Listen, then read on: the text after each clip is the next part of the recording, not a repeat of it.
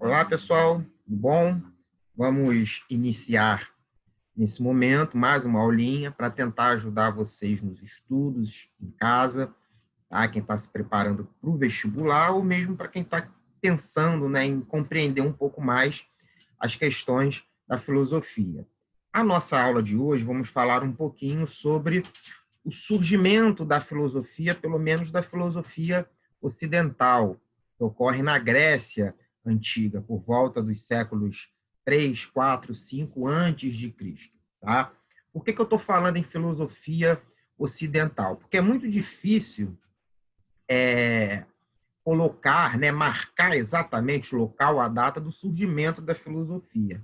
Tá? Se a gente entender a filosofia, né, como o amor, né, a sabedoria, o amor ao conhecimento e a busca por um conhecimento, né, como disse o filósofo Heidegger, né, a filosofia tendo essa capacidade de trazer, de tornar as coisas mais refletidas, mais profundas.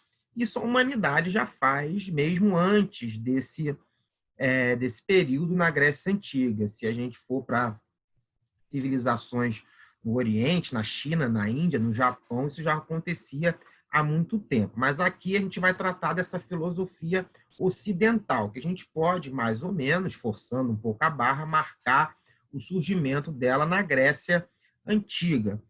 Inicialmente numa tradição que a gente chamaria de pré-socráticos, que são aqueles filósofos, os primeiros filósofos que surgem antes de Sócrates, considerado o pai da filosofia ocidental. Mas essa filosofia, ela possui uma tradição, possui uma história, né? Todo um campo de conhecimento que é a história da filosofia, e a gente marca mais ou menos nesse período aí na Grécia Antiga com o surgimento dos chamados filósofos pré-socráticos. Esses filósofos pré-socráticos, né, a principal preocupação deles era encontrar um elemento fundamental, um elemento primordial que explicasse todos os fenômenos naturais sociais. E eles procuravam esses fenômenos na própria natureza, né? A ideia de physis, que é a busca na própria natureza, na física da natureza, a resposta para os fenômenos que eles viviam. Essa era a sua principal preocupação dos chamados filósofos pré-socráticos.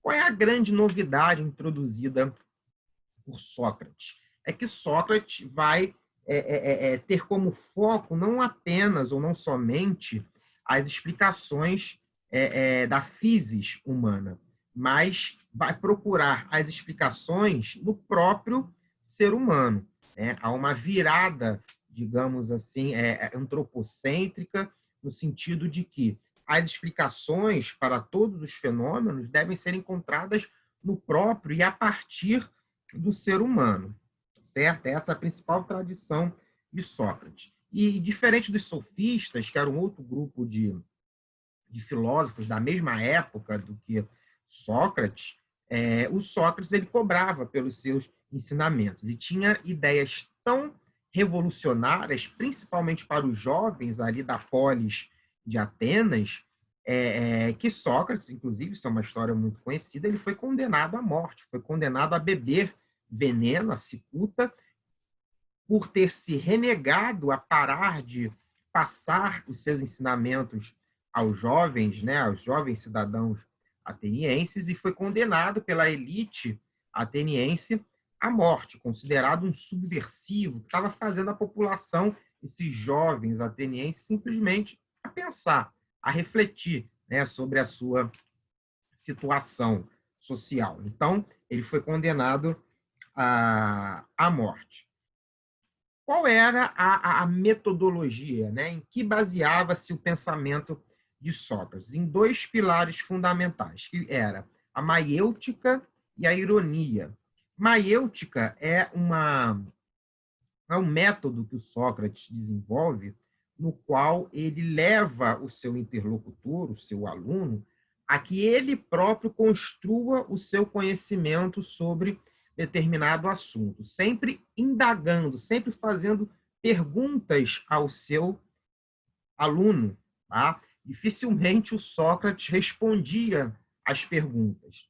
O Sócrates respondia perguntas com outras perguntas. Isso que é a maêutica, é um método que o Sócrates utiliza para que o seu aluno fosse, da sua própria cabeça, construindo o seu próprio conhecimento sobre um determinado assunto. Então, Sócrates, mesmo nessa maêutica, podia induzir a uma determinada linha, né, de raciocínio, mas a ideia era que o próprio aluno, o interlocutor, construísse o conhecimento da sua própria cabeça. E sempre com uma fina ironia, né? Esse método da ironia, utilizando, né? A ironia é uma forma de linguagem, de expressão muito fina, muito rebuscada, que misturando a maêutica com a ironia, o Sócrates fazia com que o seu aluno fosse aos poucos construindo o seu próprio conhecimento. Tá? E isso era considerado muito subversivo para aquele momento na Grécia Antiga. Tanto que essa tradição reformulada passou para os seus discípulos, Platão e depois Aristóteles. Então, aí a gente forma a trindade da filosofia grega antiga: Sócrates, Platão e Aristóteles, um sendo discípulo do outro. Uma curiosidade Platão não, melhor, Sócrates não escrevia nada, ele não adotava o método da escrita para registrar os seus ensinamentos. Tudo que hoje a gente sabe sobre Sócrates, na verdade, quem escreveu foi o seu discípulo, Platão. Né? Platão, sim, Aristóteles, sim, escreviam. Então, o que hoje a gente sabe do pensamento socrático, na verdade, é pelos olhos do seu discípulo, Platão, né? Com seus vários diálogos. Existem livros de Platão, e o seu método é o diálogo. Ele descreve diálogos entre Sócrates e os seus alunos e os seus discípulos, explicando essas questões através, né, do método da maêutica e do método da ironia. Tudo bem? Sobre Platão e sobre Aristóteles, a gente vai publicar outros vídeos ainda, tudo bem? Porque merece um olhar um pouquinho mais específico sobre os seus pensamentos. Tudo bom? Bom, espero que esse vídeo tenha ajudado. Não se esqueçam de se inscrever no canal, dar o joinha se gostaram do vídeo e agradeço a atenção de vocês. Tudo bom? Obrigado.